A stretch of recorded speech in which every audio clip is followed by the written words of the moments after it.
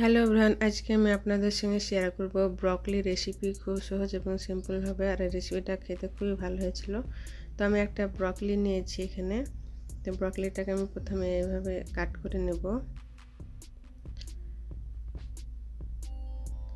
মোটা ডান্টালগুলো বাদ দিয়ে আমি শুধু ফুলটাকে নেব। তো এইভাবে আমি কাট করে নিচ্ছি,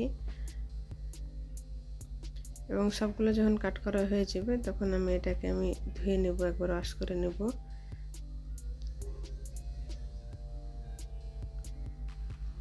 তারপর ওয়াশ করা হয়ে গেছে। তো আমি একটা সসপ্যানে পানি গরম করতে দিয়েছি। তো এটাকে আমি 2 মিনিট মতো বয়েল করে নেব, তাহলে এটা সিদ্ধ হয়ে যাবে।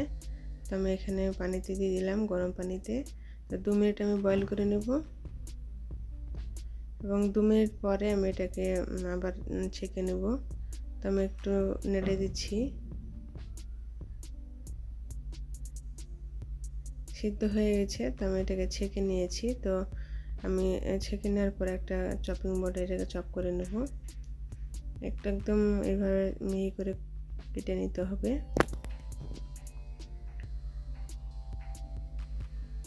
এভাবে আমি চপ করে নিয়েছি, আর সবগুলো আমি এভাবে চপ করে নেব। আর দুটো আমি দিয়েছি এখানে কাঁচা পেঁয়াজ, সেটাকে আমি চপ করে নিয়েছি। এভাবে চপ করে নিচ্ছি।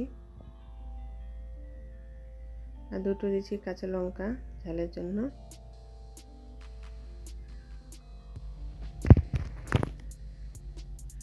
লঙ্কাটা চপ করা হয়ে যাবে, তারপরে দিয়ে দেবো ধনিয়া পাতা।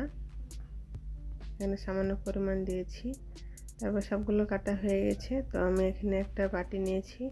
তো বাটিতে আমি ডিম ভেঙে নেব। এখানে আমি 3টে ডিম দেব।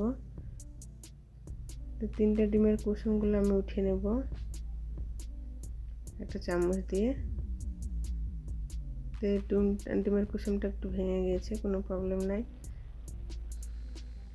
তো আমি গোটা তুলে নিচ্ছি।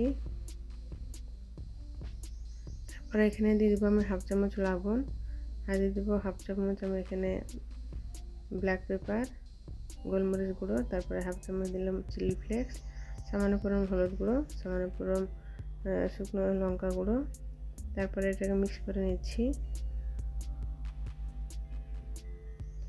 তো মিক্স করা হয়ে গেছে। তারপরে যে কাটিং করে রেখেছিলাম ব্রকলি এবং পেঁয়াজ, মরিচ, লঙ্কা এবং ধনেপাতা, সেগুলো দিয়ে দিলাম।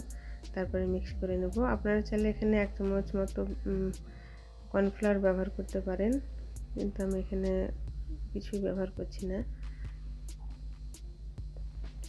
তো আমি এখানে দিয়ে একটা ফ্রাই প্যান নিয়েছি। তারপরে সামান্য একটু তেল দিলাম। তারপরে আমি যে মিশ্রণটা এভাবে আমি 3টে পাখির বাসার মতো ডিজাইন করে নেব।